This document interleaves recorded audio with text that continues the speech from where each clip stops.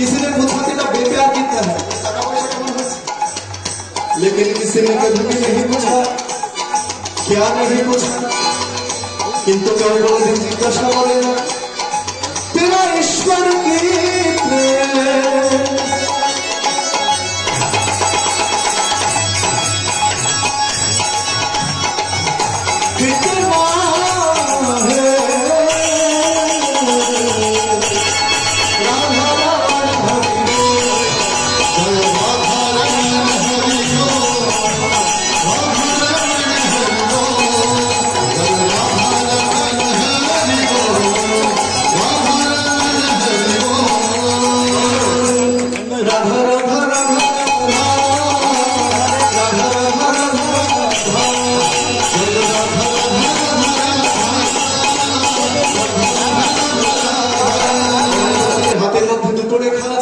একটি ভালো রেখা, একটি খারাপ রেখা, একটি মঙ্গল আর একটি অমঙ্গল।